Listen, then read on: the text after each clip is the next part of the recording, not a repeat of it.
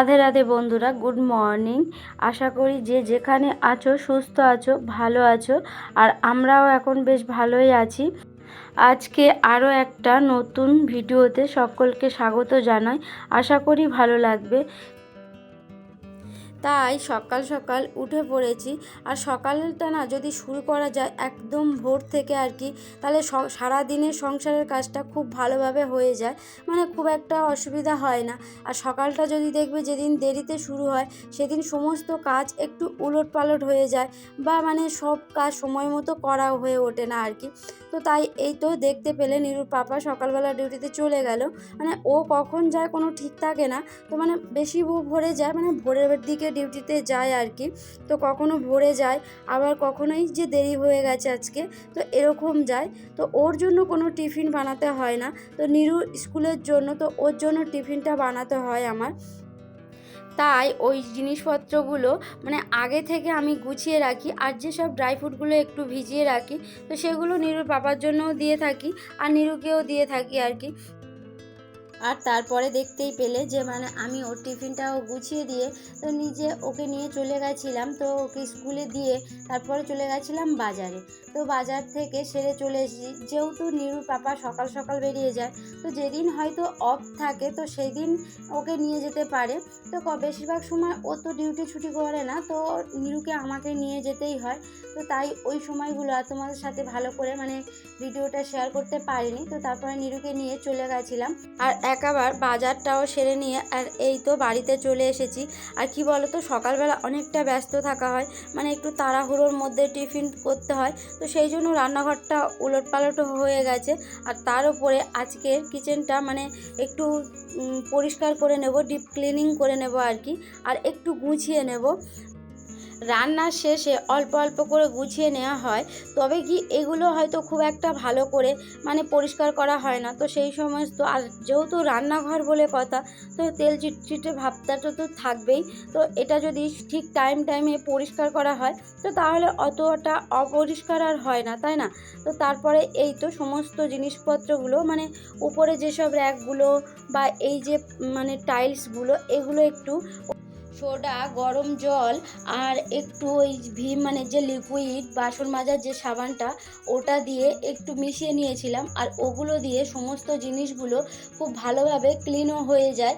আর ওগুলো একটু আরও একটু বেশি সময় নিয়ে কাজ করলে কি, ওগুলো একটু দেয়ালের মধ্যে একটুক্ষণ রেখে দিলে, মানে একটু দিয়ে যদি রেখে দেওয়া যায় না, তাহলে আরও খুব সুন্দর ভালোভাবে মানে টাইলস থেকে এই যে তেল চিটচিটে ভাবটা বা একটা রান্নাঘরের যে দাগগুলো বেশিরভাগ সময় মানে থাকে আর কি, তো ওগুলো খুব ভালোভাবে উঠে যায়। আর যেহেতু মানে সময়টা খুব একটা বেশি নেয়নি রান্নাঘরটা পরিষ্কার করতে, কারণ আমি মানে সপ্তাহে যদি নাও পারি, তো তার পরের সপ্তাহে ঠিকই ভালো করে একবারে মানে ডিপ ক্লিনিং করে নিই রান্নাঘরটা। এমনি তো রান্নার পরে পরে মানে যেসব জিনিসগুলো হয়তো রান্না করছি বা রান্নার জন্য যেসব জিনিসপত্রগুলো লাগছে, তো ওগুলো রান্নার শেষে এগুলো একটু হালকা করে মুছে নিলে যখন খুব ভালো মানে রান্নাঘরটা পরিষ্কার করা হয়, তো তখন এগুলো মানে খুব একটা চাপ হয়ে যায় না, বা কাজটা অনেকটা এসে পড়ে না। তো সেই জন্য খুব সহজেই রান্নাঘরটাও পরিষ্কার করা নেওয়া যায়। মানে যদি নাও পারি, যে হয়তো সপ্তাহে না পারলেও সপ্তাহে অন্তত 2 থেকে 3 বার যদি রান্নাঘরটা ডিপ ক্লিনিং করে নেওয়া যায় না, তাহলে রান্নাঘরটা সবসময় ওই যে তেল ভাবটা সেটা আর থাকে না, বা প্রত্যেকটা জিনিস খুব ভালোভাবে থাকে আর কি। আর যে কোনো জিনিস দেখবে পরিষ্কার থাকলে বা হাত দিতে, যে রান্নাঘরের জিনিস তো তেল চিটচিটেই হবে, তো হাত দিতে একটা কেমন, তো আর পরিষ্কার থাকলে সেটা একটা ভালো লাগে আর কি। তো যাই হোক, আর এই তো সমস্ত রান্নাঘরটা পুরো ক্লিন করে নিয়েছি, নিয়ে যে সমস্ত মানে কন্টেনারগুলো সেগুলো ধুয়ে নিয়েছি। আর বিশেষ করে কন্টেনারগুলো খুব একটা ময়লা হয় না, কারণ ওগুলো যেটা যখন হাতের ধারে আসে, তো তারপরে রান্নার শেষে তো বললামই যে ওটা ভালো করে পরিষ্কার করে নিয়ে থাকি আর কি। আর তারপরে এই তো গুছিয়ে নিচ্ছিলাম, প্রায় পুরোটা গুছানো হয়ে গেছে। আর এই যে সমস্ত গাছপালাগুলো মানে গাছগুলো আর কি বা ফ্লাওয়ারগুলো এমনিতে খুবই ভালো লাগে আমার আর কি। তো তারপরে আর্টিফিশিয়াল যতটা না ভালো লাগে এই ধরনের গাছগুলো একটু বেশি ভালো লাগে। আর এগুলো কি বলো তো মানে ওগুলো থাকলে ওগুলো মেনটেনেন্স করতে হয় কিন্তু অতটা গ্লেজ দেয় না। আর এগুলো মানে যেগুলো আসল গাছ জিনিস হয় তো ওগুলোর গ্লেজই আলাদা হয়, আরও যত দিন যাবে সেটা একটা সুন্দর হয় যদি ওটাকে মেনটেন করে রাখা যায়, মানে একটু ভালো করে যত্ন করা যায় আর কি। তো তারপরে এগুলো খুব একটা মেনটেন্যান্সের গাছ নয়, মানে একটু হালকা যত্ন করলে খুব সুন্দর হয় আর কি। আর ঝুলন টাইপের থাকলে তো আরও বেশি দেখতে ভালো লাগে আর কি।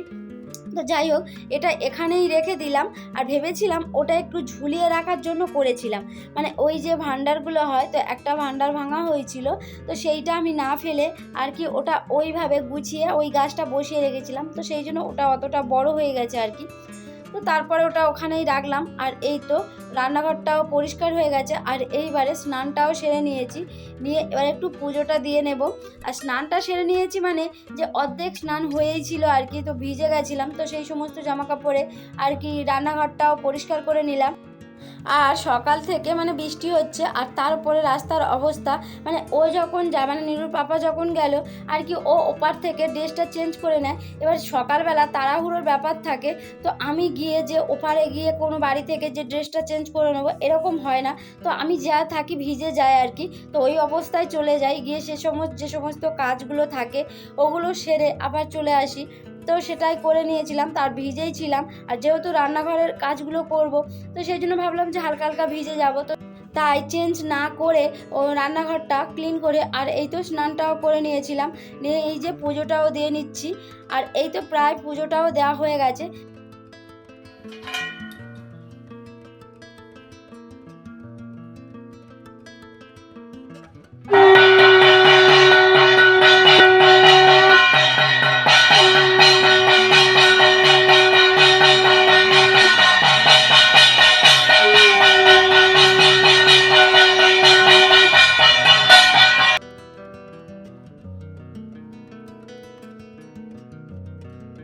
আর তারপরে এই তো প্রত্যেক দিনের মতো রান্নাঘরে চলে গেছে, এবারে রান্নাটা করে নেব। আর এদিকে না যেসব বাজারগুলো করে নিয়ে এসেছিলাম ও বাজারগুলো গুছিয়ে রাখছিলাম। আর যেগুলো সবজি বাজার ওগুলোই গুছিয়ে রাখছিলাম। আর যেসব মানে গ্রসারি বাজারগুলো নিয়ে এসেছিলাম তো ওগুলো একটু আগে মানে মাসের বাজারেই তুলেছি কিন্তু একটু আগে করে নিয়েছি আর কি। তো ওগুলো এখনও গুছানো হয়নি, যে সমস্ত কন্টেনারগুলো ধুয়ে রেখেছি এই যে আজকে পরিষ্কার করে নিলাম, তো ওগুলো একটু সাইডে রেখে দিয়েছি, মানে জল ঝরে গেলে একটা সময় মতো ওগুলো গুছিয়ে নেব, যেহেতু ওগুলো গুছাতে গেলে এখন রান্নাটা অনেকটাই দেরি হয়ে যাবে। আর এই যে লঙ্কাটা মানে আমি প্রত্যেকবারে যখনই নিয়ে আসি তো এইভাবে গুছিয়েই রেখে দিই, না হলে মানে লঙ্কাটা খুব তাড়াতাড়ি নষ্ট হয়ে যায়। মানে এইভাবে যদি ভালো করে ধুয়ে তারপর মুখটা যদি ছাড়িয়ে একটা কন্টেনারে করে মানে ফ্রিজের মধ্যে রেখে দিলে অনেকটা দিন ভালোই থাকে, মানে খুব একটা খারাপও হয় মানে খারাপই হয় না, তো অনেক দিন ধরে থাকে আর কি। তো সেই জন্য এইভাবেই রাখা হয়। আর এই তো ওইগুলো দিকটা রেখে দিয়ে আর এবারে রান্নার জোগাড়টাও একদিকে করে নিচ্ছিলাম আর একদিকে রান্নাটাও বসিয়ে দিয়েছি। আর আজকে না রান্নাটা অনেকটাই দেরিতে হচ্ছে, মানে দেরি হয়ে গেছে আর কি। তো ওই জন্য একদিকে রান্না বসিয়ে দিয়ে আর একদিকে জোগাড় করছি, না হলে তো আমি জোগাড়টা আগেই করে নিই তারপরে রান্নাটা করি, ওটা মানে বেশিরভাগ সময়। কখনো খুব দেরি হয়ে গেলে আমাকে সময়ের মধ্যে যদি রান্নাটা করতে হয় না তখন এইভাবে মানে কাজগুলো করে নিয়ে থাকি আর কি। তাহলে বন্ধুরা এতক্ষণ পর্যন্ত ভিডিওটি জুড়ে যারা রয়েছে তাদেরকে জানাই অসংখ্য ধন্যবাদ। আর আমার পাশেও যারা রয়েছে তাদেরকেও জানাই অসংখ্য ধন্যবাদ।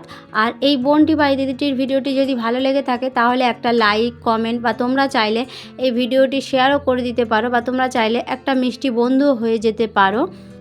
আর তারপরে এই তো রান্নাটা হয়ে গেছে। আর যেহেতু না আর খুব বেশি টাইম নেই মানে নিরুকে নিয়ে আসার, তো অল্প একটু টাইম আর বাকি ছিল, তো সেই জন্য খুব তাড়াতাড়ি কাজগুলো সেরে নিয়েছি, নিয়ে আর এই তো বেরিয়েও পড়েছি।